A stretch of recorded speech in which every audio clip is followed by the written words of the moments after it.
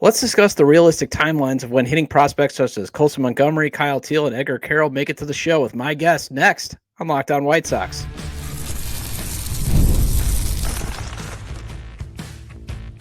You are Locked On White Sox, your daily Chicago White Sox podcast. Part of the Locked On Podcast Network, your team every day.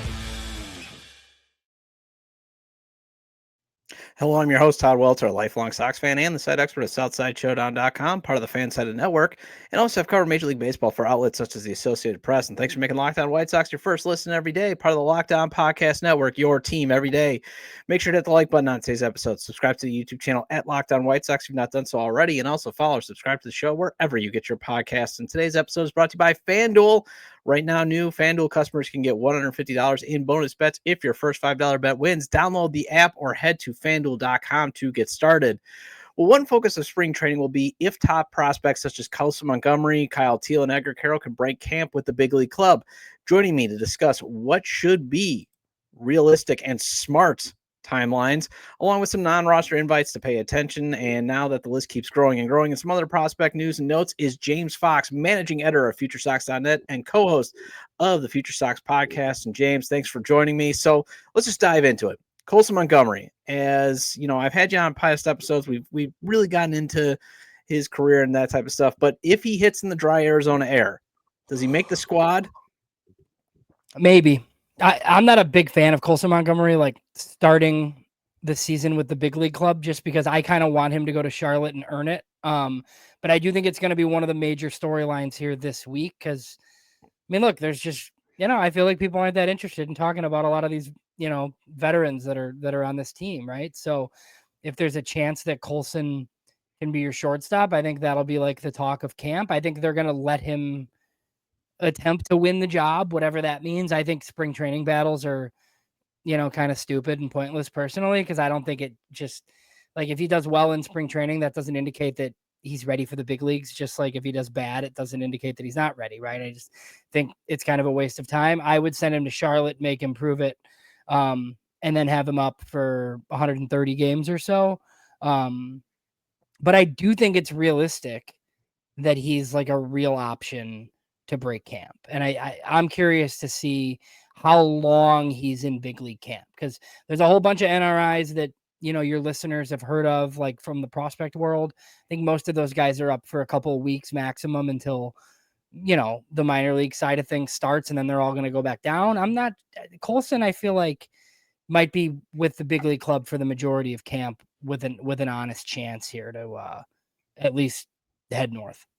Yeah, and I especially think he'll be up just because they didn't really have viable, veteran options like they have. Like, again, I want to get to Teel and Quero in a second, but like Matt Thaiss and Omar Narvaez are at least professional baseball players, where it's like Jacob Amaya and, who the guy, Tristan Gray that they just signed.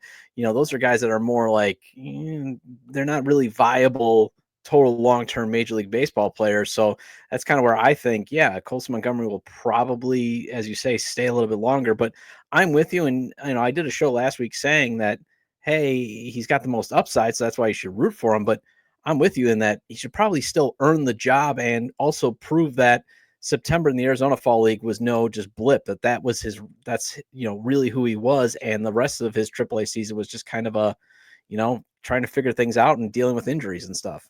Well, and I think like Josh Rojas is definitely on the team, right? Because he signed a big league deal. A guy like Brandon Drury, I mean, I think he's probably on the team too, but neither one of those guys are shortstops. Like they don't really have like an obvious shortstop. I mean, Lenin Sosa is out of options. So he's like another interesting guy but he's not really a shortstop either. So it's Jacob Amaya and maybe Brooks Baldwin. And there's been some talk that Chase Mydroth could maybe play some there, even though I think a lot of people have projected him to second. He's not even on the 40-man.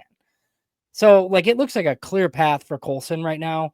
And who knows, Todd, like, maybe we'll get, like, a non-roster invite vet every day, like, for the next 2 weeks, right? As there's, like, no roster spots really available around baseball, and there's a ton of free agents still, like, without jobs. So maybe this is, like, pretty clear, like, all of a sudden a Jose Iglesias is on the team and it's like, oh, okay, that's their shortstop.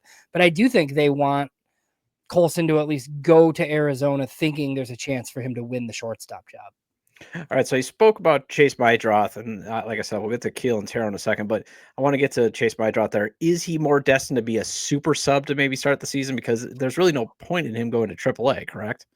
Well, he's not on the 40 man though. So that's like my only, it's not really a concern, but like he's easy to send down like at the end of camp. Like if you want to keep like one of these extra veterans around to start and you just send my drop down and he goes to Charlotte and kind of mashes for a little bit and then all of a sudden you like call him up.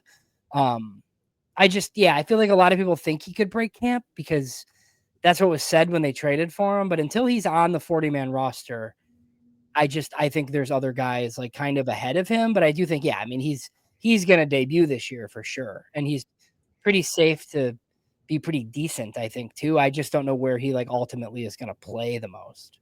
All right, so a catcher, you have Corey Lee, you got Theis, you got Narvaez. So do you see actually though a more patient approach than with Teel and Quero? Yeah, I think they're both going to go to Charlotte and split time, whether that means like, they play some first, they play some DH. My guess is they're in the lineup pretty much every day for the Charlotte Knights. I actually think Quero is closer to the big leagues than Teel is. But I do think they both need some minor league time. Like I think they both debut this year, but I think it's June-ish probably at the earliest. Catchers kind of take a while. Teel wasn't great in AAA after being really good in double. So I think they'll get every opportunity to go to Charlotte and be pretty good. And I do think the White Sox want to have like a couple of good minor league teams. Like the Birmingham team won the Southern League last year and whatever that's worth, right? Like the White Sox took some pride in that. Charlotte should be pretty good. They're going to have like a really good pitching staff. Even though it's a place where it's tough to pitch. And in theory, you could have both of those catchers, Colson Montgomery, Brian Ramos, Mydroth, and a whole host of guys like on the offensive side in Charlotte too. So that team might actually be more interesting on a nightly basis than the team in Chicago to start the year. So I'm gonna have to watch Charlotte Knights games instead of the Birmingham Barons games because that was kind of what they were the more interesting team. Also, you have been really good at hammering home that the owner doesn't pay for starting pitching, but also would the politics be in place that the owner might want, or even some of the folks in the business might say, let's keep these guys down and let's bring them up later in the season for maybe a ticket draw. That's something I think that could be a little bit of conspiracy theory there. Well, I don't, even not even that, like, I don't necessarily want Colson Montgomery like debuting in Chicago in March necessarily. I know he's a cold weather kid from Indiana, but to me, it always makes more sense to just like send these guys to North Carolina to start and then get their prospect debut. I think you didn't ask me this, but I think that's what makes sense with Noah Schultz too. Like, I think Schultz goes back to Birmingham because it's easy to have him make 8 starts or whatever. And then you can really pump up his promotion to Charlotte. And then you can pump up again, like his promotion to Chicago when that happens, like later this year too. So yeah, I think that's going to be, a tertiary like focus this year is just prospect debuts and who gets promoted where and that sort of thing. But yeah, there's a lot of interesting non-roster invites on the like prospect side. I just would bet against pretty much all of them starting on the big league team. I just don't really see it realistic other than Montgomery. Finally, then with the rotation, do you think Sean Burke is going to break camp? There is the potential that they could go with another veteran free agent that maybe they don't sign, or they sign a little bit later. Maybe, it's Bryce Wilson, maybe it's Shane Smith, maybe it's somebody else. But do you think Burke's starting the season? Yeah, I think so. I think barring another signing, like whatever, like if they have money laying around somehow and it's like you sign a Jose Quintana or a Jake Junis or one of these other guys that's out there, could bump them potentially. Because I think Cannon, and Davis Martin and Martin Perez are definitely like locks for the rotation. They signed Bryce Wilson, who I feel like is probably a starter, right? But he could be a reliever. And then I think Drew Thorpe's status is kind of up in the air. Like I don't know how serious that is because he has no structural damage, but they're talking about him being day to day. So even if that means like he starts on the IL or whatever, that does kind of open up a spot for Sean Burke. Sean Burke's pretty interesting. He's got really good stuff. His issue has always been innings and walks, and just injuries too. Like he's been hurt quite a bit, but made his way back last year. He threw, I think, 19 innings at the end of the year, and he might have the most upside of like anyone in their current starting rotation. So, and he doesn't really have much to prove like at Charlotte. So yeah, my guess is Sean Burke's in the rotation to start the year. All right, so the Sox, they just keep adding non-roster invites. Ain't nothing wrong with that. So let's go over with James, who he thinks is worth paying attention to, and we'll get to that after the break.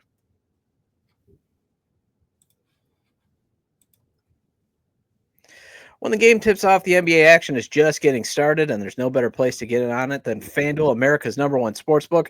With FanDuel, you can place live bets throughout the game, so even if you miss the opening tip-off or want to bet on the fourth quarter comeback, you can stay in on the action. And if you're looking for a bigger payout, you can even combine your live bets into a same-game parlay, and I always maintain FanDuel's traditional spreads, money lines, and over-unders. They're fun to play, but if you want to hit it big, the futures, parlays, and props are the way to go. And right now, new FanDuel customers can get $150 in bonus bets if your first $5 bet wins. Just visit FanDuel.com to join today. That's FanDuel.com for your shot at $150 in bonus bets. Make every moment more with FanDuel, the official sports betting partner of the NBA. Welcome back to Locked On White Sox. I'm your host, Todd Welter. Again, make sure to hit the like button on today's episode and subscribe to the YouTube channel at Locked On White Sox if you've not done so already. And if you can't catch the show on YouTube, Locked On White Sox is available on all major podcast platforms. So make sure to follow or subscribe on places such as Apple or Spotify. Either way, get your 30-minute fix of Chicago White Sox baseball venting with me. And joining me on the show today is James Fox, managing editor of FutureSox.net and the co-host of the Future Sox podcast. And James, again, where can we find your podcast? Everywhere podcasts can be found. We also have our own YouTube channel, just called Future Sox, where everything's on there as well. And it's FutureSox.net, but FutureSox.com will take you to FutureSox.net, correct? It will, yes. Because that jerk still hasn't given up the naming rights. Is that correct? Like, you guys still battling with that? Nah, we're good. It's just, I think that we just like that we never changed like the site over, and then we like left it there when we went like independent, basically. All right, so nobody's like parking lot it. Okay. No, it's fine. Yeah. All right, so let's look into players who did not get much of a run on their previous teams on the non-roster invite list. Anyone you see from your expertise covering prospects that can actually make this team? I mean, from the prospect side, not really. I mean, maybe like a bullpen, maybe like an Addison Coffey out of their system, or like, like Peyton Pallette maybe is great, and they just say, screw it, like we're going to start him in the big leagues. But I mean, I guess a couple of their veteran type guys, I mean, now that they've signed Brandon Drury, like I think he's probably on the team personally. I think a guy like a Bobby Dahlbeck is interesting, just, as like a bench bat DH first base option. I don't think it's that helpful that he hits right-handed. Like I thought they'd want like a left-handed guy to maybe spell Vaughn. And then on the pitching side, I'm just kind of interested to see what James Karinchak has left. He's not really a fan favorite for the White Sox, obviously. But pretty good career in Cleveland with a lot of strikeouts, even though he's been pretty volatile, I would say, since like the sticky tack kind of went away. But he was pretty good for AAA Columbus in a small sample last year, even though he's like not throwing that hard anymore. So the big thing for him will be, I think, is just when he gets into spring training games, seeing how hard he throws. If his stuff is back at all, like I feel like he might be in the White Sox bullpen. And if it's not, like this might be kind of the end of the line for a guy like him. Yeah, and I mean, if his velocity can get a tick up, he might even be, with his ability to get strikeouts, even though he's volatile, could be one of your closer options, because not exactly sold on Justin Anderson. I mean, I get why, just because tenure and that type of stuff, but Karinchak actually has the experience. I mean, it's only a small sample size, but he's at least done the job, and he's done it a lot better than Justin Anderson probably could. But at this point, you're just trying to find any single option that you can. And I do like, again, how they're at least trying to improve their bullpen with scrap heap guys, because, as you said, a lot of these bullpen arms in general are volatile. I mean, you just got rid of Steven Wilson, and he was a very effective reliever for the Padres, comes over to the White Sox, ineffective, and gets hurt, so that's why at least it's better than just spending wads and wads of cash on guys like Joe Kelly. Is Tim Elko capable of beating out Bobby Dolbach or Drury, or is he just destined to start in Charlotte? I think he's the first baseman in Charlotte, at least to start. I mean, I think he might be in the big leagues this year. I think I think there's a decent chance that if Andrew Vaughn is any good at all, that he becomes like a deadline trade candidate and they don't keep him. And then maybe you see Tim Elko at some point. But yeah, no, I don't really think he has like a real chance to make the team. I mean, they're going to say that all these guys have the opportunity. And, we just talked about this on our Future Sox podcast, like, trying to come up with 13 position players for the opening day roster is pretty tough right now. Like, I think there's like maybe 7 or 8 guys that I think are probably locks for this roster. But after that, like, I'd probably believe any of this group, like could make this team potentially. Yeah, I mean, I'm not ruling out like Andre Lipschitz either. I mean, because he's got more of an athletic profile. I mean, those types of guys. It's also because I know you got that episode coming out, or you had the episode out with Sean Anderson, and I know anybody that has tried to do a rush projection, even I'm trying to do version 2. It's just it's a little sad, and yet variants keep saying that they're going to win 20 more games, and a part of me is like, I'm not seeing. I could see variance again being overruled like it was last year. It's just kind of weird. But how many innings do you think is practical to give Noah Schultz and Hagen Smith in these exhibition games? Probably just a couple, like at a time. I mean, I don't know how much we're gonna see them. I mean, I think so. Noah Schultz. I think there was a Sox Machine article where the director of pitching was quoted, and it seems like they're going to try to get Noah Schultz up around like 110 innings, which to me seems light personally. I mean, he threw 88 last year.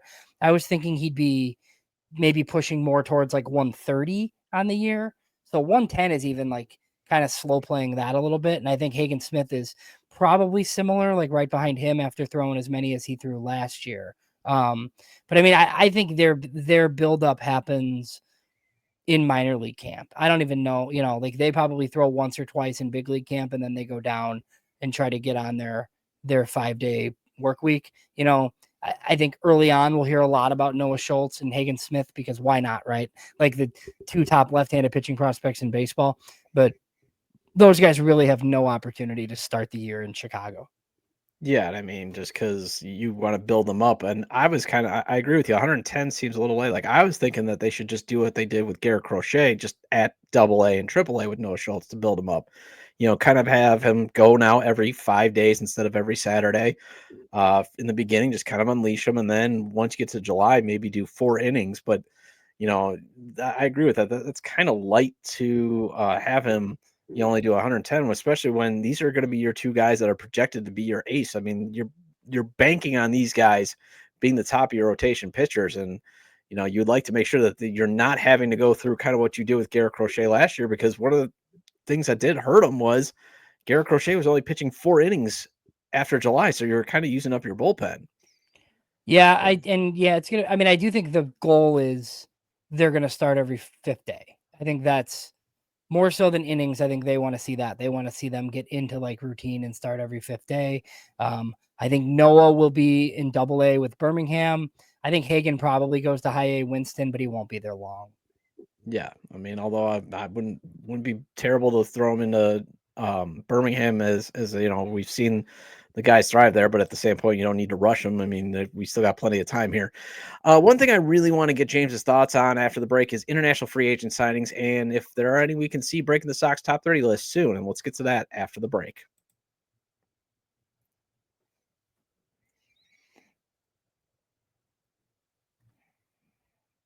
All right, welcome back to Locked On White Sox. I'm your host, Todd Welter. Shout out to all the everydayers. I appreciate your loyalty. Please hit the like button on today's episode. Recommend to your fellow Sox fans or baseball fans, friends, to subscribe to the YouTube channel at Locked On White Sox, wherever they get their podcasts, as this show is available on all major podcast platforms. And here with James Fox, managing editor of FutureSox.net and co-host of the Future Sox podcast. And you guys better be checking this out. These guys have the greatest content, I think, for White Sox prospects out there. And James, I know it's been a few weeks, but you covered the Sox international free agent signings extensively. So who among the signings can we be seeing in, the Sox top 30 prospect list soon? Whether it's your guys's, whether it's, MLB pipeline, just who are some of the guys that we'll be seeing soon? Yeah, so I feel like Alejandro Cruz is their top name that they signed, a Cuban third baseman. He's different than some of their, more typical Cuban signings, your Oscar Colas's of the world, that sort of thing. So Cruz is more of an athlete defender. They kind of think he could develop into like plus power at some point, but he's definitely like going to play good defense at third instead of being one of these guys that's just going to end up like in a corner, like selling out for power kind of. The thing that's interesting, so we're in the process of doing our top 30 list. It should come out the first week in March. I don't have anybody from this current international signing class on our top 30. But that doesn't mean that the signing class is bad. Kylie McDaniel just ranked the White Sox system number 2 in baseball. They're top 5 at multiple publications. MLB Pipeline, Baseball America. So I just think it's like a tough system right now to crack. And these guys are really tough to rank just because they haven't played at all. And this year they're going to play in the Dominican Summer League. So, I would say like Cruz is definitely the headliner. He'll play down in the DSL. Orlando Patino is kind of interesting, an outfielder out of Venezuela who they stole from the Dodgers. They signed him for $570,000. He's got like big power. He's like a corner outfield profile type. And then there's like a whole host of pitchers that'll be down in the DSL as well. So like looking at last year's class, though, there are a few. So Jurickson Profar's younger brother, I believe, Jurdrick Profar. He was pretty decent last year playing shortstop in the Dominican Summer League. He should be playing every day, like out in Arizona for the Arizona League White Sox. They get started, pretty much early on in May. So then, just some guys from other signing classes. Javier Mogollon is a guy who's been in their system. He's probably going to repeat Arizona. He hit a bunch of homers. He's like a little diminutive second baseman with like a big bat, but he struck out a bunch like in the Arizona League. So yeah, the White Sox are in a big time transition on the international side under David Keller. Marco Patti was there for a decade plus to not great results, obviously, and they're kind of flipping things over. So in a transition phase, it's a little bit tough because you're still signing class, your signing class is still a bunch of Marco Patti players. And the big things are just stuff that nobody sees, right? With infrastructure, and they're building a new facility in the DR, which should really help them. And I think they finally have the right idea as to the types of players they should be trying to sign, as you've talked about on this show. But I think it's going to take a little bit to come to fruition. And they have TrackMan now to finally, properly scout these guys. Yeah, it only took a bunch of years. And how ridiculous was that story that they didn't even have like video cameras like scouting in the Dominican Republic? Like, my goodness. Well, it's still just baffles me that I get it's somewhat old school, but still, like, you're right, to not have video cameras, but also to just not invest so much when you have an owner still pining for the days of 1958 when international free agent scouting is like that. Basically, you're looking at 16, 17-year-old kids, and basically trying to make these projections. It baffles me that the White Sox are not better at international free agent scouting. But then we realize, well, it's because of certain things. And it's not saying that Marco Patti was a terrible scout. It's just they were so limited in their resources. It just baffles me. And what also baffles me, and I know you've made the point, the Sox just don't spend their international free agent money. Is there any other moves they could make soon, or is the well pretty much dry? No, they said that they have more signings coming. So I think they have around $800K remaining in their bonus pool. I know that there was another young Cuban pitcher, Christian Rigo, who showcased like a couple weeks ago, and the Sox were one of the teams there. David Keller was pretty forthright about the fact that they have like more signings coming. So my guess is they'll like announce some more here like pretty shortly. There was one unaccounted for that I had heard about from Panama. It's just another right-handed starter, but that's only $250K, but he hasn't been mentioned anywhere yet. So my guess is they're going to spend their full allotment this year, which was like right over $6 million. So that's good. That's like a step in the right direction, is them spending all of their international bonus pool space. Because one of the misconceptions with that is like, it's basically like free money. Like, you're allowed to spend your own money. Like, if you trade the money, you're not actually trading anything, like if you trade $500,000 in international bonus pool space to another team, all you're doing is trading another team the right to spend $500,000 of their own money on international players. So this money ever going to waste is crazy. Like it doesn't make any sense. And they've done this like multiple times the last few years. Yeah, and especially, I mean, when you're usually making those trades, you're just making the trade for a scratch off prospect anyway. So why not just sign your own guy that you're scouting that you want to get that is 16 and rather than 20? I mean, you get a free blank slate. So I fully agree with you. But what would it take for the Sox to open up Japan again? Because it seems like they have not been able to get a player out of Japan since Tadahito Oguchi. I mean, you need scouts there, first of all. I mean, they don't have any presence in the Pacific Rim. I mean, one of the areas, I mean, obviously, like Dominican Republic's the biggest hotbed for talent, like in the international market, and the White Sox have severely lagged behind there. I think David Keller understands that. He made a lot of comments about how the White Sox want to be like where the premium players are, which, you know, basically is an ode to the Dominican Republic. But yeah, I mean, the Pacific Rim is tough. I mean, a lot of those prospects like just go to the West Coast anyway, but it would be nice to like have them as an option, right? Like I just you need to put scouts there. It just hasn't been a priority for them for a long time. Yeah, I mean, ideally, what I would do, and I've said this before, and maybe I'll pitch it to you, is I would just have scouts in Cuba and Venezuela just because of the fact that you're still a brand there, even though, you know, Minnie Minoso hasn't played baseball in forever, but you're tied to the godfather of baseball in Venezuela. And then, yeah, the Dominican Republic, where they have a ton of great athletes and great baseball players. And then, yeah, have a few have a few scouts in Japan and Korea just because those are guys that can actually help you usually right away because they're a little bit older, but also it's a great way to check in on guys that maybe have gone over there to try to reclaim their career like Eric Fetty. It baffles me how far behind the times they are when, especially, this is still somewhat old school scouting, unless I'm completely wrong on the old school scouting because I know there's recruiting involved and all that. Yeah, no, it is. It's totally what it is. And one of the big things is it's a relationship business. Like you need relationships with all these trainers and buscones that are down there. And that's how you get the players, right? I mean, you're scouting these guys as young as 13 and 14 years old. I mean, the whole thing is kind of gross, but it's what everybody does. So it's kind of the way it goes, right? I mean, when AJ Preller lands the top player in the class for the Padres, I mean, he agreed to a $5 million deal with a 13-year-old, right? But you know, a lot of people don't like knowing how the sausage is made. That's why, I mean, I think an international draft comes at some point. There's drawbacks, but there's definitely benefits to like cleaning up the whole system that's currently in place. Yeah, well, and the White Sox were part of that dirty system with the whole signing bonus scandal too. So maybe they're still digging out from that. I don't know if Jerry just doesn't want to deal with after that scandal. It's just a point of frustration for me how they cannot get, because that's a great way to get players on there. But anyways, that wraps up this edition of Locked On White Sox. Thank you for making Locked On White Sox your first listen today. For your second listen, find Locked On MLB. Baseball guru Sully brings a daily blend of humor and baseball, keeping you updated on every rumor and story throughout the offseason. Find Locked On MLB wherever you listen to your podcast. And James, again, where can we find all your great content?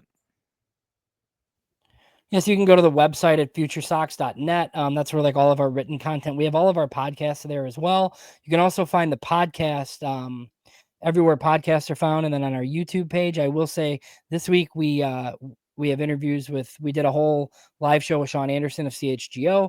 We're talking to Ben Badler of Baseball America this week about the White Sox international class and international scouting in general. And then Wednesday night live on the stream is the return of Hot Takes and Heaters with Danny Miller and his new partner, Jacob Thome. So you can check that out as well. All right, and I'll be back tomorrow to go over who I project to make the opening day roster. Feel free to leave comments about today's discussion with James Fox at futuresox.net. You can leave them at the episode page on YouTube, X formerly Twitter, at Todd J. Dubber, at Locked On Sox, or you can email me at lockedonwhitesox@gmail.com. Have a great day. I will see you tomorrow.